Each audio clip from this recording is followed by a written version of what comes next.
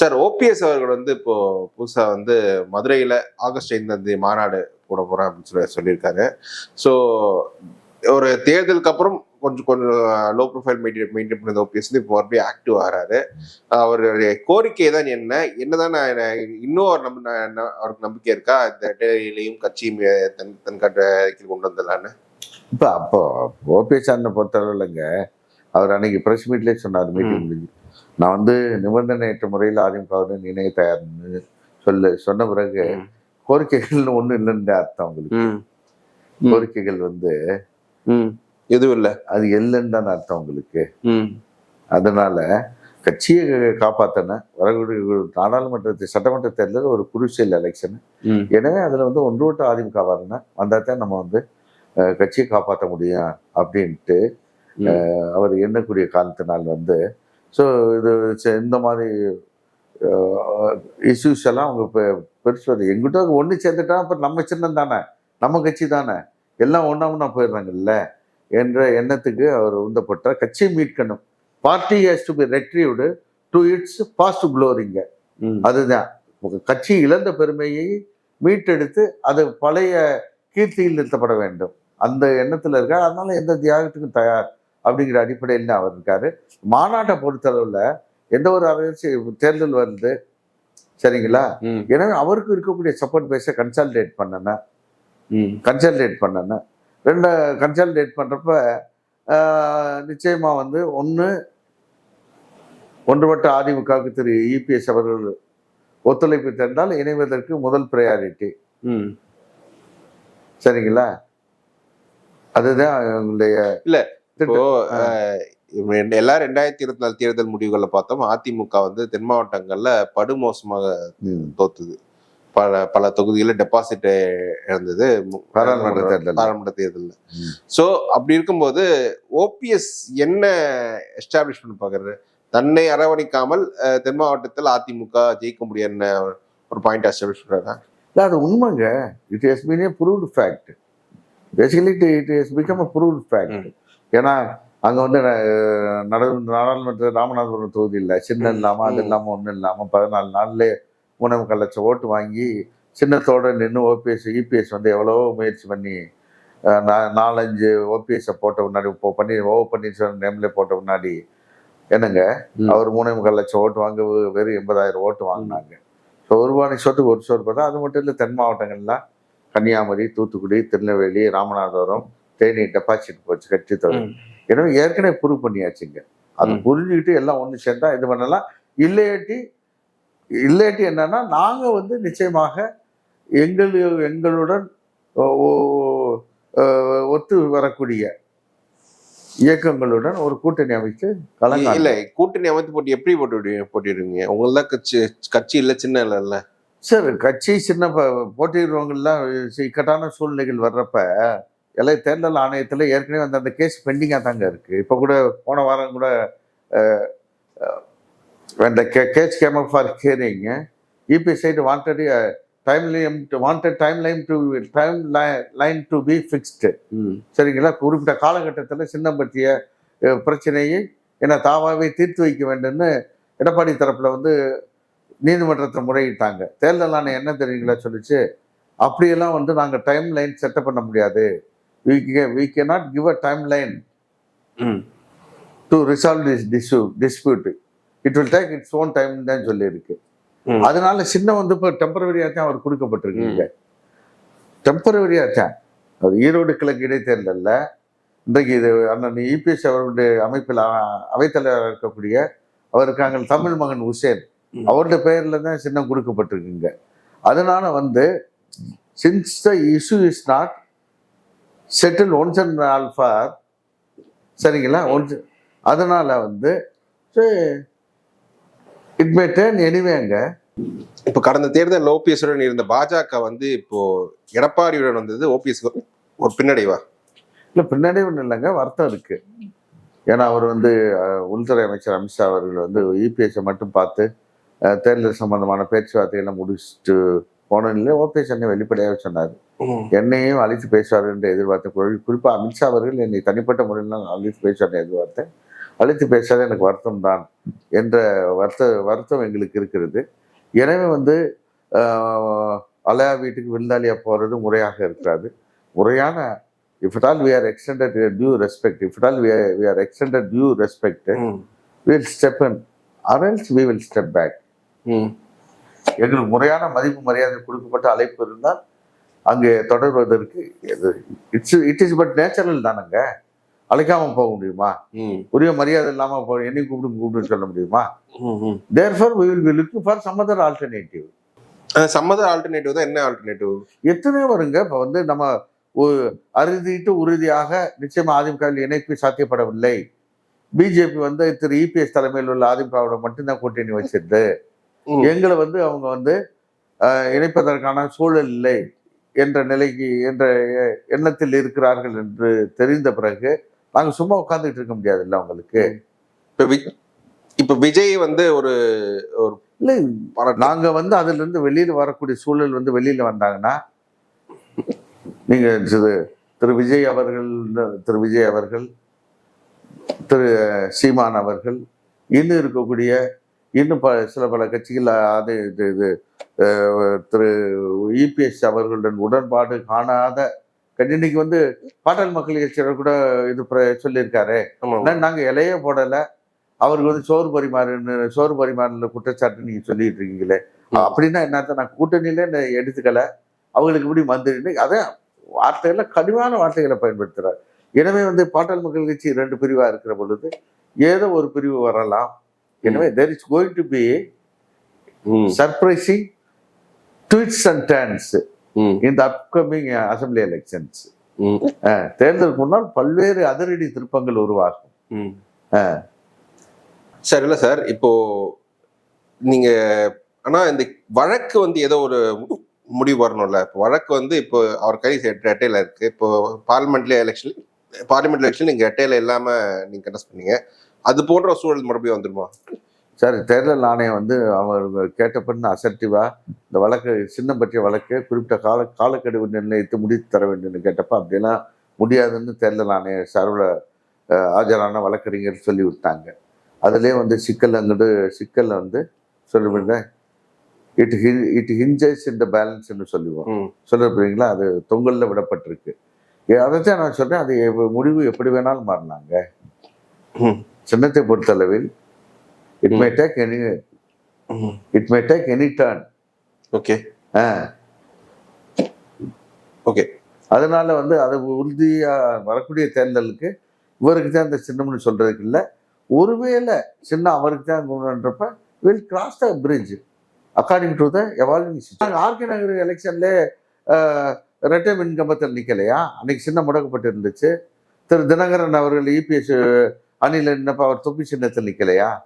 அதனால அரசியல் இயக்கங்களுக்கு வந்து சின்னங்கள் பிரச்சனை வந்து இதுதான் சூழல்ங்கிறப்ப அவர் சின்ன ஒரு இஷ்யூவாவே இருக்காதுங்க. இல்ல இப்போ 24 தேர்தலில் ஓபிஎஸும் தினகரனும் ஒரே நிலைப்பாடு எடுத்திருந்தார்கள்.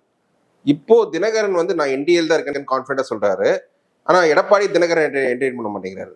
ஆமாங்க, அது வந்து அதுதான் அது சிக்கல். நீங்களே அதுக்கு பதில் சொல்லிட்டீங்க. தினகரன் இல்ல, அவர் ஏன் ஓபிஎஸ் உடன் நிக்க மாட்டேங்கிறாரு? யாருங்க? தினகரன். என்னது ஓபிஎஸ் உடன்? இல்ல, ஓபிஎஸ் அண்ணன் கூட தனிப்பட்ட நட்புல தான் இருக்காரு. இப்ப நாங்களும் ஒண்ணு ஓபிஎஸ் அண்ணன் என்டிஏ விட்டு வெளியேறி இல்லையே. It's not walked out of NDA officially. there may be some fissures. அதில் சிறு இது உரசல்கள் இருக்கலாம். ஆனால் officially we have not stopped ties with the BJP NDA. அதனால வந்து நீங்க தினகரன் ஓபிஎஸ் அண்ணனுக்கு நல்லுறவு இல்லைன்னு சொல்றதுக்கு இல்லை. எப்படி திரு இபிஎஸ் அவர்கள் வந்து தினகரன் ஓப்பனா நான் இந்தியாவில் இருக்கேன்னு சொல்லிட்டு இருக்காரு. நம்ம வந்து ஓபிஎஸ் அண்ணிட்ட ஒரு கேட்ட நாங்க வந்து அம்மாவின் மறைக்கு பிறகு என்டிஏ கூட்டணிக்கு போனா அந்த நிலை தொடருதுன்னு சொல்லிட்டாரு. இது வந்து அது என்னைக்கு வந்து அவர் வந்து அதை மறுத்து சொல்கிறாரோ அன்றைக்கு தான் வந்து தினகரன் பற்றிய கேள்வி எழும்.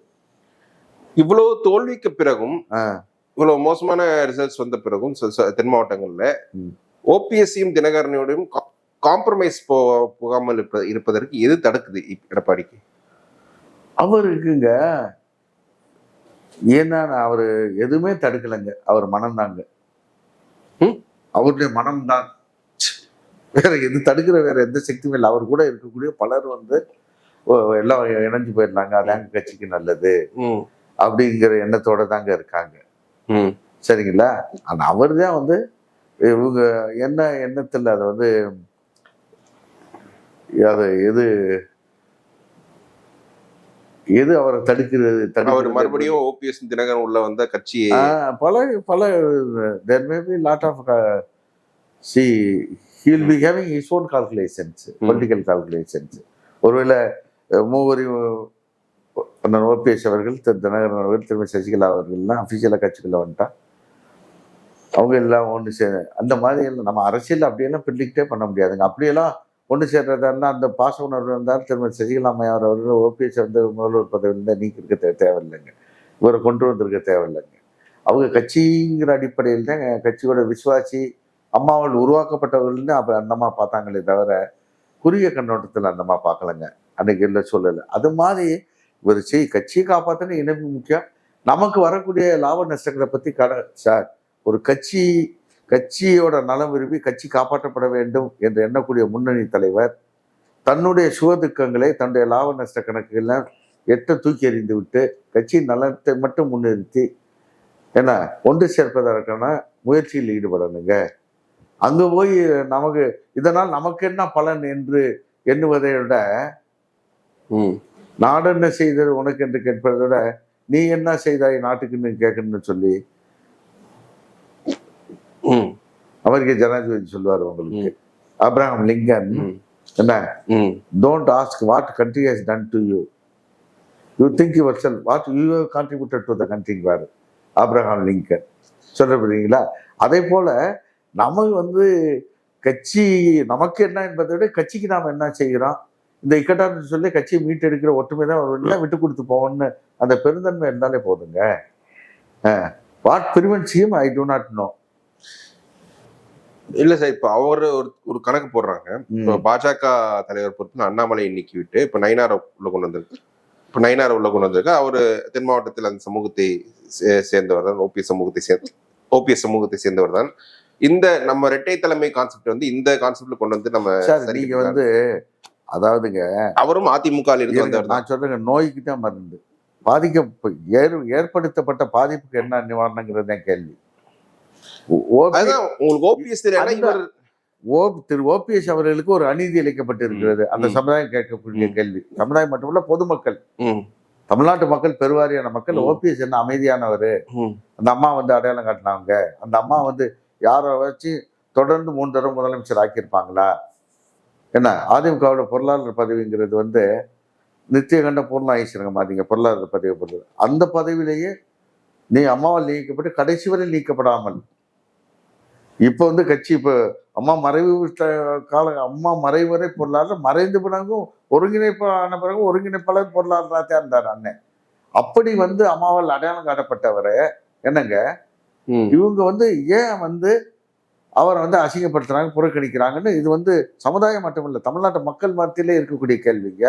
அதுக்கு நீ விடை காண்டா நான் இன்னொருத்தருக்கு எனக்கு அடிபட்டுச்சுன்னா எனக்கு தான் மருந்து தரணுமே தவிர அங்க போறவருக்கு வந்து இல்ல அவர் கையில லேசா காயப்பட்டுச்சு அதுக்கு நான் கட்டுப்பாட்டேன்னு சொன்னா இதுக்கு எதுங்க மொட்டை தலைக்கு முழங்காலுக்கு முடிச்சு போடுவது போல இருக்கிறது.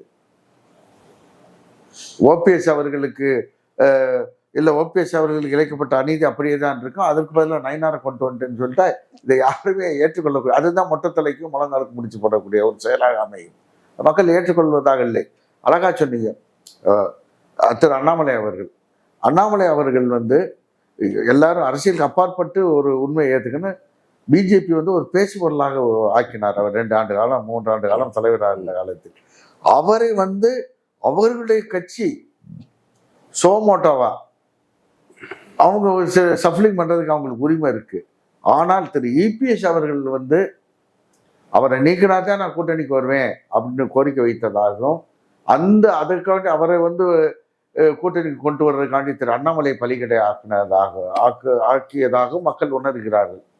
இபிஎஸ்காண்டி அண்ணாமலை வெளியேற்றப்பட்டதாக மக்கள் தமிழ்நாட்டில் உணரப்பட்டிருக்கக்கூடிய செய்தி.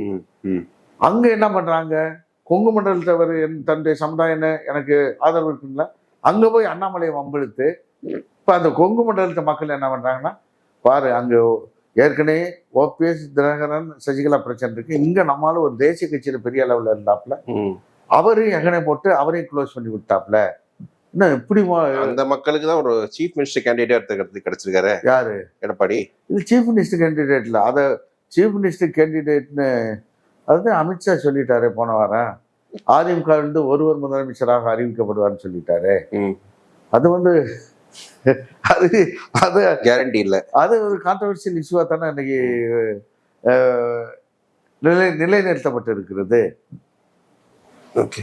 அது அது எனவே வந்து அங்கேயும் கொங்கு மண்டலத்துல பிரச்சனை ஆகி கிடக்குது. நம்மளால அங்க நல்ல ஒரு தேசிய கட்சியில் பவர்ஃபுல்லா வந்துட்டு சரியா தான் இருந்தாரு, இவர் எங்கன ஓட்டு அவரையும் காலி பண்ணி அசிங்கப்படுத்தி விட்டாரு அப்படிங்கிற வருத்தம் இப்ப இபிஎஸ் மேல அந்த மண்டலத்துல பரவிடுச்சு. எனவே இத்தனை பிரச்சனைகளை வச்சுக்கிட்டு நான் போய் என்னது திமுகவை வீழ்த்துவேன், தமிழ்நாட்டை மீட்பேன்னு சொல்லிட்டு போறது, அவர் ஏதோ as a political leader it is he's freedom to move around.